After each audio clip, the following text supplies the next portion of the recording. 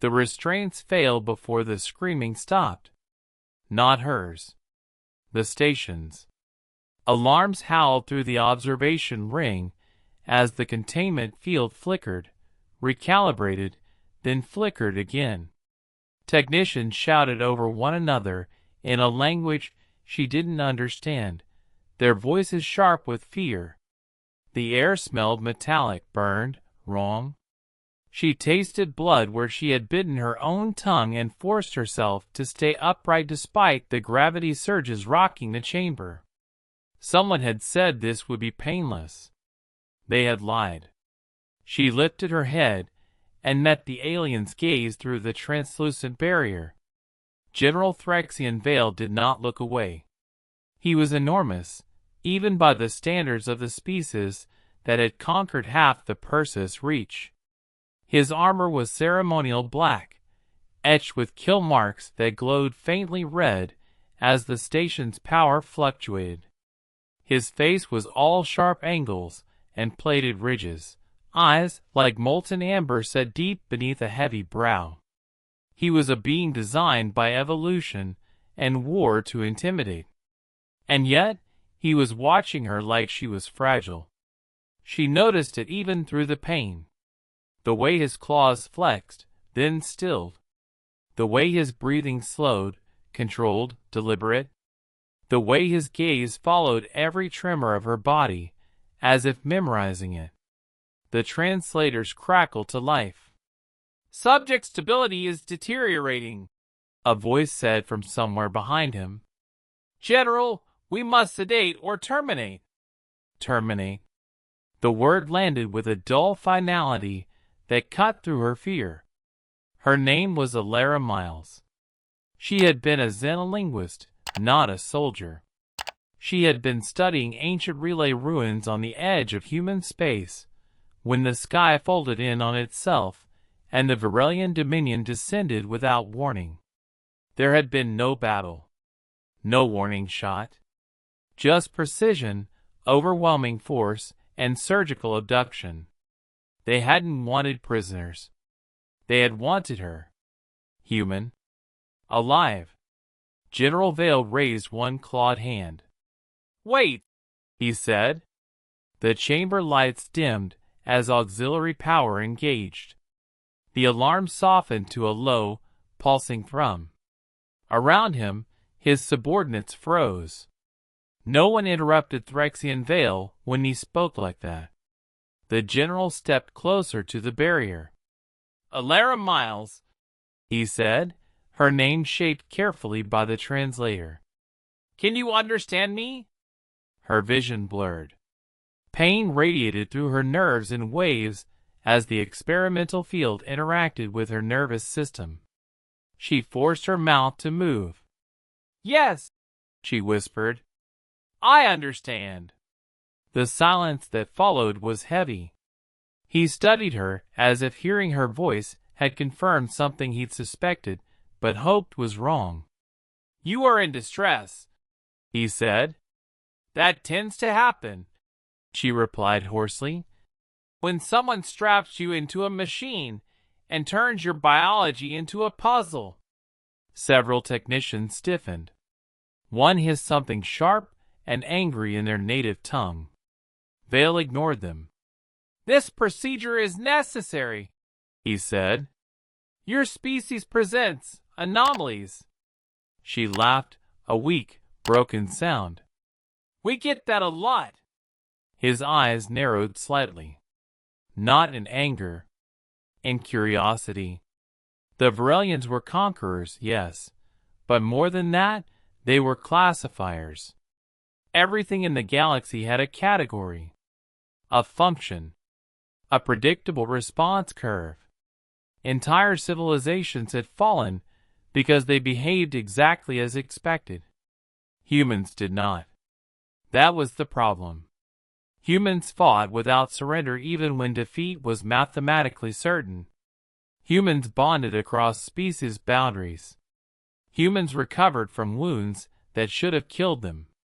Humans adapted faster than any known sapient race, socially and biologically. And now, According to Dominion science, human neural structures were reacting to Varelian energy matrices in ways that defied known physics. Elara was not just a captive. She was a variable. General, a senior researcher pressed, her voice tight. If we do not complete Phase 3, we lose critical data. The subject's pain response is within acceptable thresholds. Elara locked eyes with Vale. If you believe that, she said softly, you should try it yourself. Something shifted. Not in the room. In him. Vale had overseen the pacification of worlds. He had ordered orbital strikes with the same precision others applied to mathematics. Mercy was a strategic tool, not a virtue. And yet, standing there, watching a single human woman endure what his scientists called acceptable, he felt something unfamiliar clawing at his chest. Discomfort. Reduce intensity, he ordered. The researcher stiffened. General, reduce intensity. The field eased. The pain did not vanish, but it retreated enough for Elara to breathe without gasping. She sagged against the restraints, sweat-soaked hair clinging to her face. Thank you, she murmured, surprised to mean it. Vale turned away before she could see the conflict on his face. Log the deviation, he said. Proceed with observational monitoring only. No further stimulation today. The objections came fast and sharp, but they died just as quickly. His authority was absolute. As the chamber powered down, Elara was released from the restraints and lowered onto a medical platform. Automated systems began scanning her vitals, sealing minor injuries, stabilizing her temperature. Vale watched every second. This was not how experiments were supposed to go. That night, long after the station's artificial cycle dimmed, Vale accessed the human cultural archives.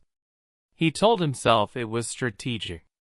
Understanding the enemy was critical. Humans had disrupted Dominion projections across multiple fronts. Their myths, social bonds, and emotional drivers required analysis. He did not tell himself that he was searching for her. He learned that humans told stories to make sense of pain. He learned that they formed pair bonds that defied logic and hierarchy. He learned that they valued individual lives to a degree most ancient species found inefficient. He learned that humans believed suffering was not proof of weakness, but of endurance. And he learned something else. Humans loved. Not as a ritual. Not as an obligation. But as a choice. Days passed.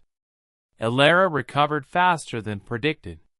Her neural scan stabilized. Her immune system adapted to trace Varelian particles in her bloodstream instead of rejecting them. The researchers were ecstatic. The data was unprecedented. Vale was unsettled. He visited the observation chamber daily. At first, he stood behind the glass and watched in silence. Elara noticed, of course. Humans always noticed. You don't have to hover, she said one day, seated on the platform, wrapped in a thermal blanket. I'm not going anywhere. Your sarcasm remains intact, he observed. Perk of being human. He found himself asking questions. About her language structures. About Earth's oceans. About why humans named stars instead of numbering them. She answered, cautiously at first, then more freely when she realized he was listening rather than cataloging. You're different from the others, she said one cycle. Why? He considered lying. Instead, he told the truth. I am supposed to see you as a problem, he said. But you refuse to behave like one. She smiled faintly. We're bad at that. The first time she laughed in his presence, something inside Vale fractured. It was not loud. It was not dramatic. It was the quiet realization that the experiment was no longer contained, and that if the Dominion discovered what was changing inside him, they would not hesitate to correct it or erase him. As Vale stood alone later, staring at the stars beyond the station's hull, a question echoed in his mind that no general should ever ask. What if the anomaly was not the human? What if it was him? And what if the cost of discovering the answer would be everything he had ever sworn to protect? That revelation, still unspoken, would change the fate of two species. And this was only the beginning. The first rule of the Varelian Dominion was obedience to outcome. Intentions were irrelevant. Emotions were weaknesses tolerated only in conquered species. What mattered was result, efficiency, expansion. General Threxian Vale had built his entire existence around that rule. Every victory etched into his armor was proof that discipline overcame chaos, which made the unease following him through the station corridors feel like a personal failure. He told himself it was temporary. The human experiment had introduced unpredictable variables. That was all. His duty was to observe, report, and prepare recommendations for large-scale action. Nothing more. Yet each time he reviewed the data, his focus drifted from graphs to her name. Alara Miles. Human neuroplasticity exceeded projections by 43%. Cellular regeneration adapted to Varelian radiation instead of degrading. Psychological stress markers spiked and stabilized instead of collapsing. She was not breaking. She was learning. The researchers celebrated. Vale did not. Because learning, in a confined subject, meant agency. And agency was dangerous. General, the senior researcher said during a briefing, mandibles clicking with restrained excitement. We believe extended interaction may accelerate adaptation. Direct exposure to authority figures could provoke stress responses useful for mapping dominance hierarchies. Vale understood the subtext immediately.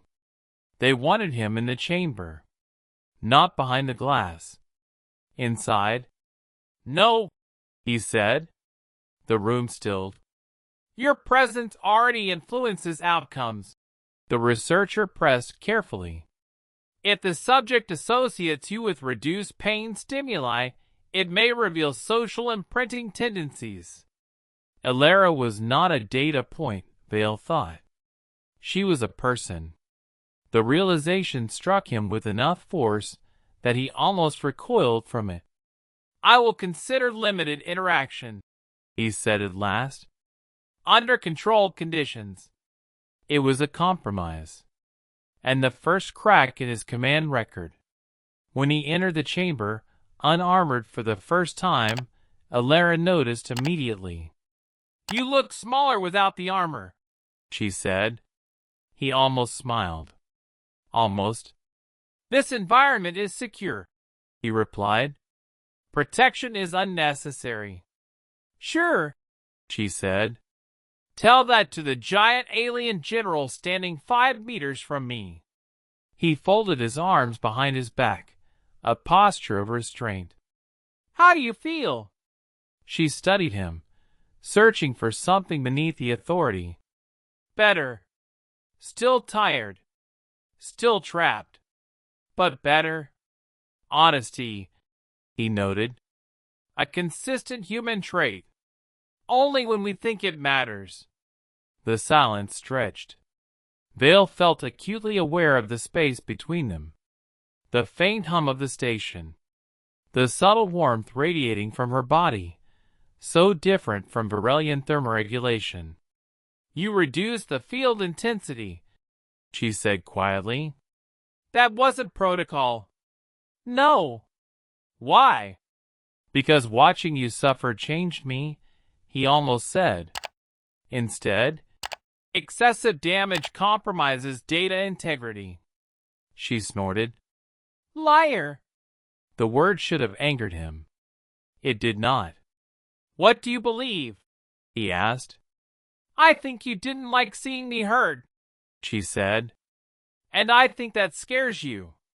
The translator rendered her words perfectly. Vale did not respond. But she was right. Over the next cycles, their conversations deepened. He learned about Earth's music, how humans use sound to regulate emotion. She learned about Varelian history, how his people had once been explorers before becoming conquerors.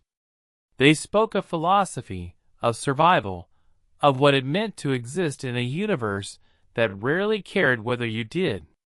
You don't hate us, she said one day. Why? He considered the answer carefully. Hatred requires personal grievance. Humans have done nothing to me.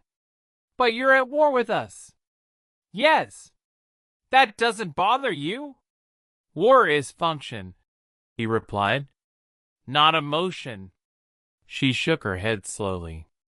That's not how it works for us. Explain. When humans fight, we carry it. The losses, the faces. It changes us. Sometimes it breaks us.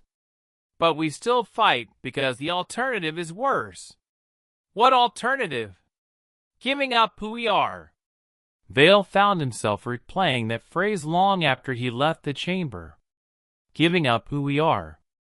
The Dominion did not allow such sentimentality.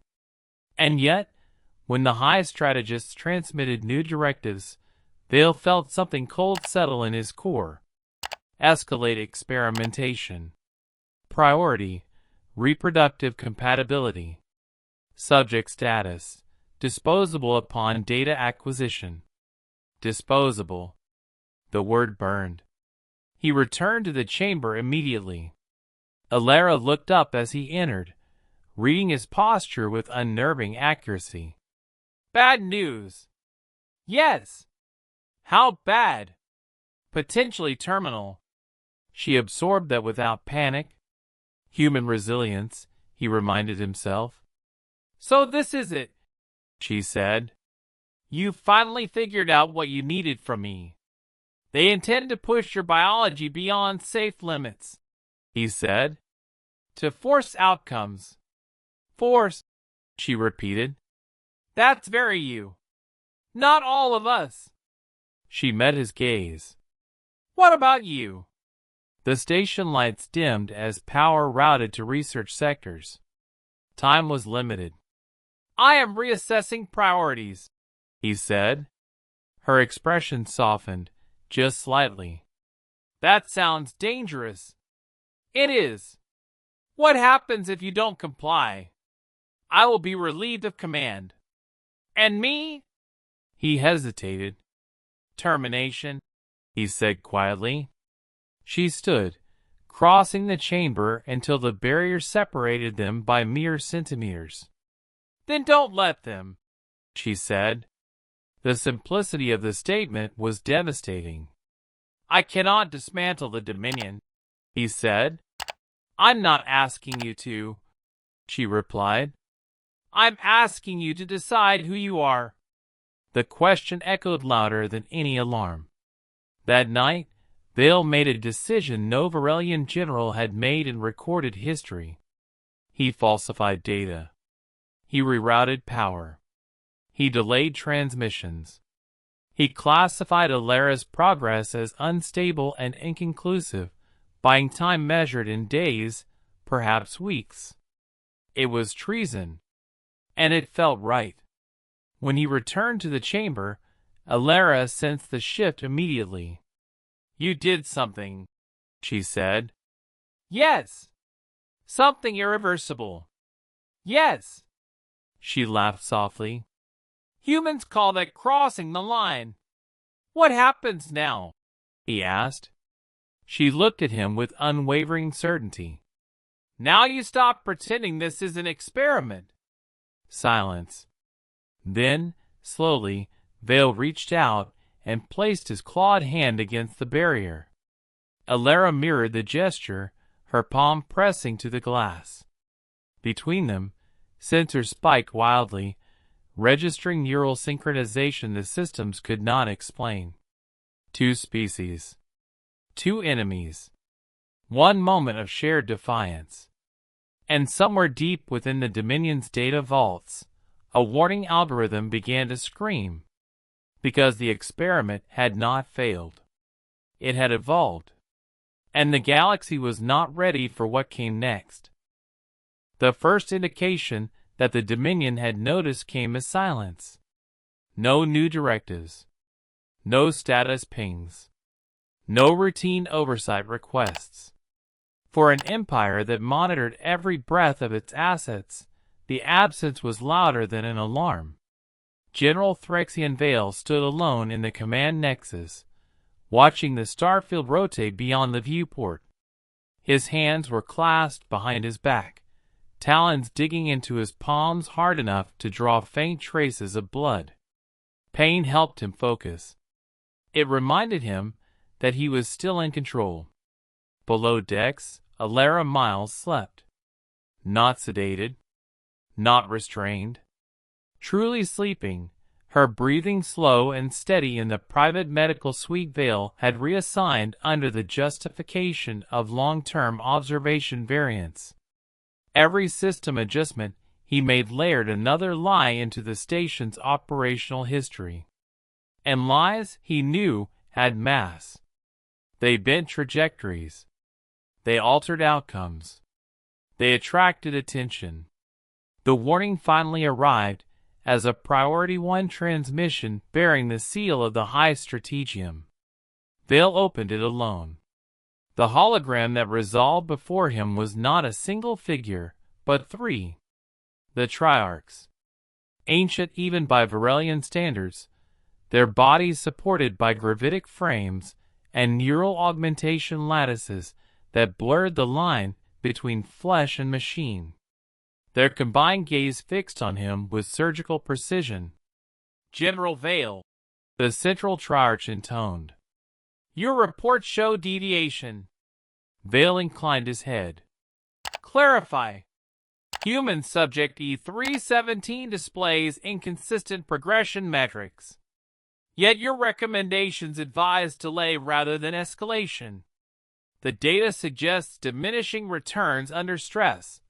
Vale replied evenly. "Adaptation stabilizes when stimuli are moderated." A pause.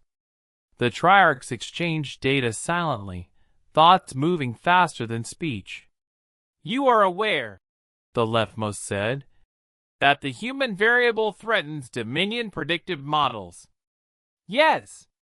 "And you are aware," the rightmost continued, "that sentimentality has compromised Varelian command in the past." "Yes." The Central Triarch leaned forward. "Then explain why you have not authorized terminal extraction." The moment had arrived. Vale could feel it, a narrowing of probability into a single corridor. Every version of his future diverged from this point. "Because termination would be inefficient," he said. The Triarchs waited. "Human resilience," Vale continued, "is not merely biological. It is psychological, cultural. Eliminating a subject without understanding those layers invites strategic blind spots." Silence again. Then, unexpectedly, the Central Triarch spoke with something almost like interest. "You propose continued interaction." "Yes." "With you." "Yes." "Explain." Vale did not hesitate. "Authority imprinting. Humans respond uniquely to hierarchical pressure combined with perceived protection. I am uniquely positioned to test this dynamic." The lie slid smoothly into place, supported by selectively edited data streams. The Triarchs considered. Finally, the Central One spoke. "You will proceed under enhanced oversight. A Dominion Inquisitor will arrive within 3 cycles." Vale's internal systems recalibrated instantly. Inquisitors did not observe. They purged. Acknowledgement protocol compelled him to respond. Understood. The transmission cut. Vale remained motionless long after the hologram faded. 3 cycles. Not enough time. He went to Alara. She was awake when he entered, sitting cross-legged on the medical platform, reading from a human data slate he had quietly authorized. She looked up and smiled, the expression lighting her face with disarming warmth. You look like someone just threatened to rearrange your internal organs, she said. Inquisitor, he replied. Her smile faded. That bad? Yes. She set the slate aside. So what happens now? Vale met her gaze. The Dominion will uncover my actions. You will be reassigned. I will be removed. Removed how? Permanently. She absorbed that, then surprised him by standing and closing the distance between them. You knew this was coming, she said. Yes. Then why didn't you stop? Because I didn't want to go back, he thought. Because, he said aloud, some outcomes are worth the cost. She studied his face, searching for doubt. Finding none, she reached out and placed her hand against his chest, over the primary cardiac node. Then we don't let them take us, she said. Us. The word resonated through him with unfamiliar force. That is not possible, he replied automatically. Humans specialize in not possible, she said. You've seen that. He had. He had seen humans hold ground against orbital fire. He had seen them rebuild cities from ash. He had seen her endure pain that should have shattered her mind and respond with curiosity instead of despair. What are you proposing? He asked. Escape, she said simply. He almost laughed. This station is embedded in Dominion territory. So is every prison humans ever broke out of, she countered. You have access, authority, ships. I have oversight arriving in 3 cycles. Then we have 3 cycles. Vale felt something dangerously close to exhilaration. They planned in fragments at first. Stolen moments. Quiet conversations between system diagnostics and medical scans. Alara contributed insights into human pattern-breaking strategies, the way her species exploited assumptions and rigid systems. Vale mapped Dominion protocols, identifying blind spots born of overconfidence. The Inquisitor will assume compliance, Vale explained. They always do. Fear enforces efficiency. Then we don't act afraid, Alara said. They built a plan around misdirection. A false data surge indicating catastrophic failure in the human subject's physiology. Emergency protocols would isolate the chamber. External oversight would be delayed pending internal verification. During that window, Vale would redirect a long-range scout vessel, altering its transponder signature to mimic debris. Alara would be transferred under the guise of disposal. Then they would vanish. It was audacious. It was reckless. It was human. On the final cycle, the Inquisitor arrived. Vale watched from the command deck as the obsidian hull vessel docked, its presence casting a shadow over the station. The being that disembarked was tall even for a Varelian, its armor etched not with kill marks, but with judgment sigils. It did not speak as it passed him. It did not need to. Inspection began immediately. Systems were probed. Logs were scanned. Personnel interrogated. Vale maintained perfect composure, answering questions with precision, offering data that supported the narrative he had crafted The Inquisitor entered the observation wing. Vale followed. Alara lay motionless on the medical platform, monitors displaying erratic readings exactly as planned. The Inquisitor studied her through the barrier. "Human degradation," it said. "Inefficient." "Yes," Vale replied. "Termination is advised." "Proceed." The command echoed through the chamber. Vale's pulse spiked. This was the moment. "Protocol requires containment purge authorization," Vale said. "From Command Nexus." The Inquisitor paused, calculating. "Proceed," it repeated. Vale turned. As he did, Alara's eyes opened. She met his gaze through the glass, fear flickering for just an instant before resolve replaced it. Her hand lifted, fingers brushing the barrier in a silent gesture of trust. Vale activated the override. Alarm screamed. Not the stations. The Dominions. Emergency shutters slammed down. Data feeds corrupted. The chamber filled with blinding light as the containment field inverted, masking Alara's extraction as total biological collapse. The Inquisitor reacted instantly, but too late. By the time it reached the command nexus, the scout vessel was already undocking, its signature masked, its trajectory lost in the chaos Vale had unleashed. The station shuddered. The Inquisitor turned on him. "You have committed treason," it said. "Yes," Vale replied calmly. It raised its weapon. Then the station's core detonated. Not catastrophically. Precisely. Vale had set it to overload just enough to cripple the structure without annihilating it, buying seconds. Just seconds. As fire and light consumed the Nexus, Vale felt no regret. Only clarity. Because somewhere beyond the reach of the Dominion, a human woman was free. And he was no longer a general. He was something else entirely. Something the galaxy had never seen before. And the consequences were only beginning. The scout vessel did not feel like freedom at first. It felt like running. Alara sat strapped into the acceleration couch, knuckles white around the restraints as the ship lurched into a vector no Dominion vessel was supposed to take. The stars outside smeared into luminous scars as the drive spooled beyond safety margins. Warning lights pulsed amber, then red, then dimmed as systems rerouted power with brute force rather than elegance.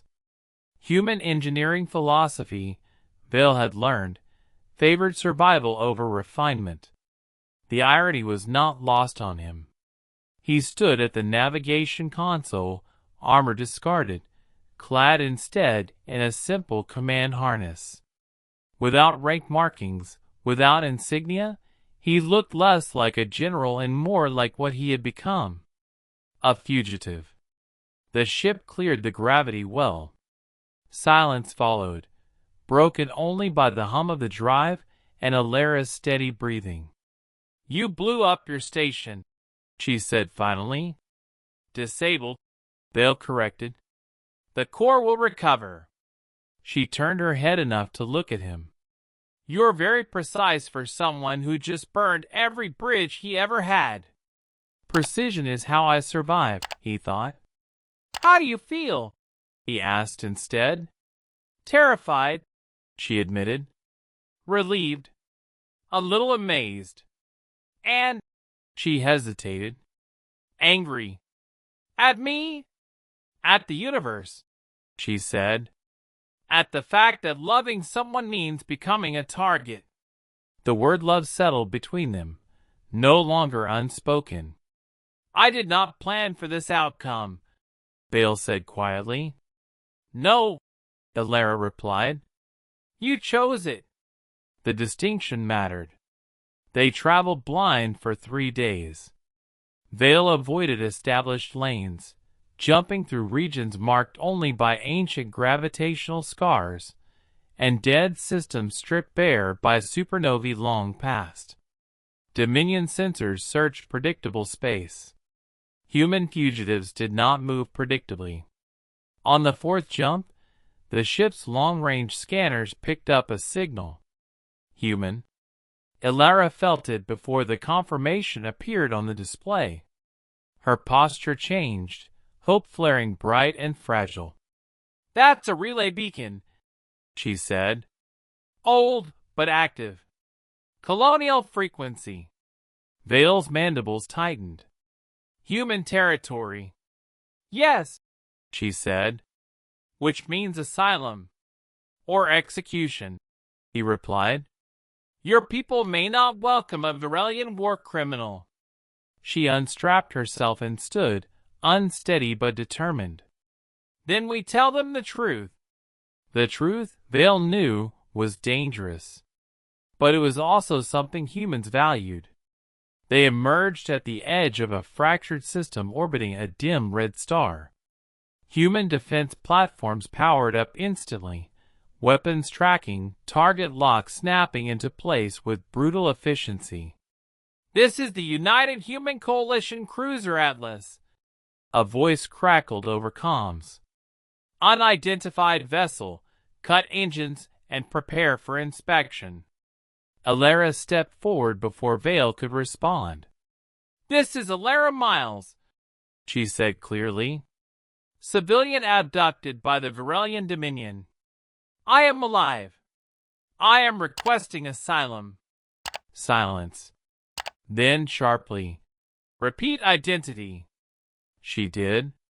The response came faster this time. "Elara Miles, you are listed as Kia. Update your list," she said. "And tell them I'm not alone." Vale moved into view of the external camera. Weapons spiked to maximum. "This is General Threxian Vale," he said calmly. "Formerly of the Varelian Dominion. I defect." The pause this time stretched long enough to feel like judgment. "You have 60 seconds to explain," the human voice said. Vale did.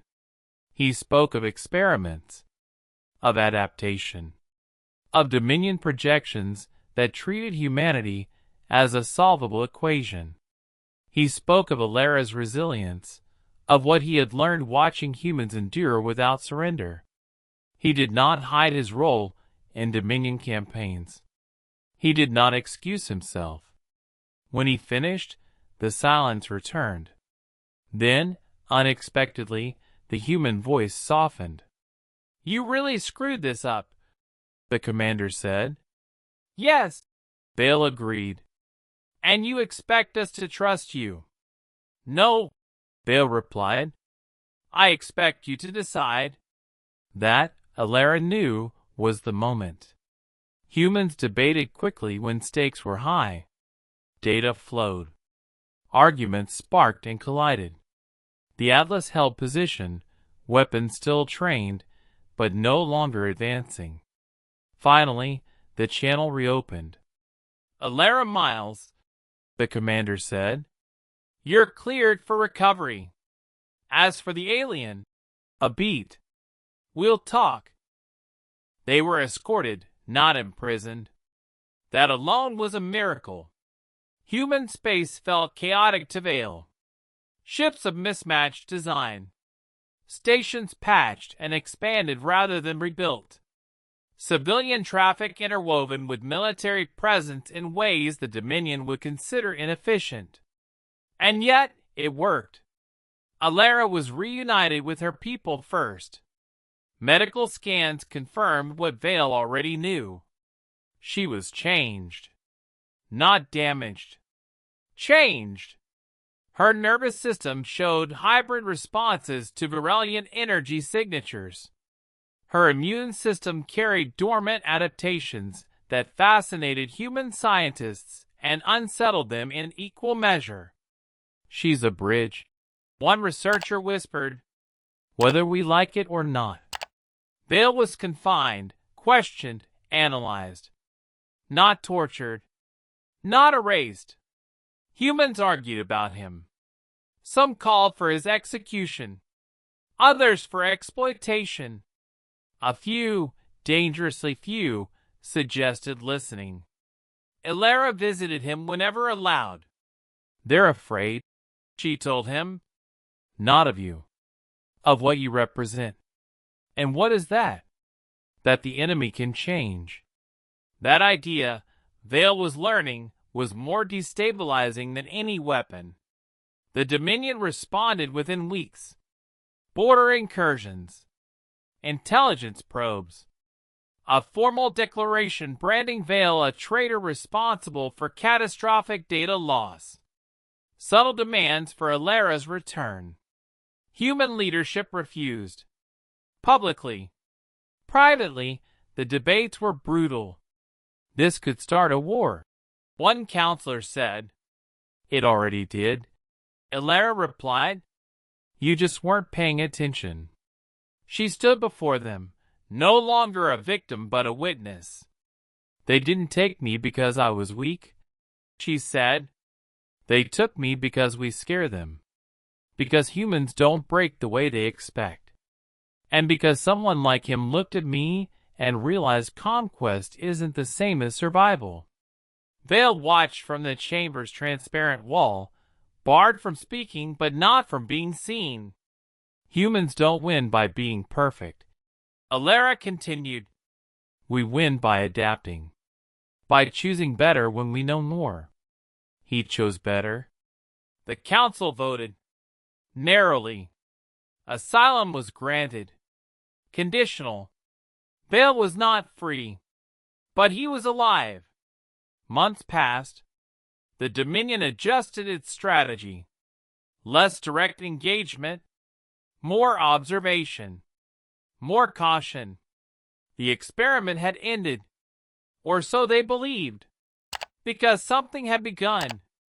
Vale and Ilara were assigned to a joint task group, advisory in nature, studying cross-species adaptation and conflict de-escalation.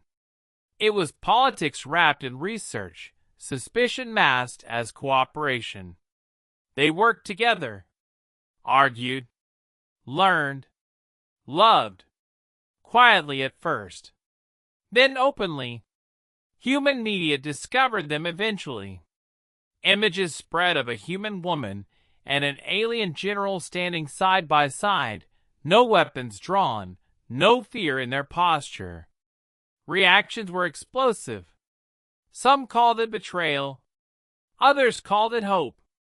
The Dominion watched. And worried. Because human influence did not spread like an invasion. It spread like an idea. One cycle, as they stood overlooking a human colony world bathed in blue oceans and scattered lights, Ilara leaned against Vale's side. "Do you regret it?" she asked.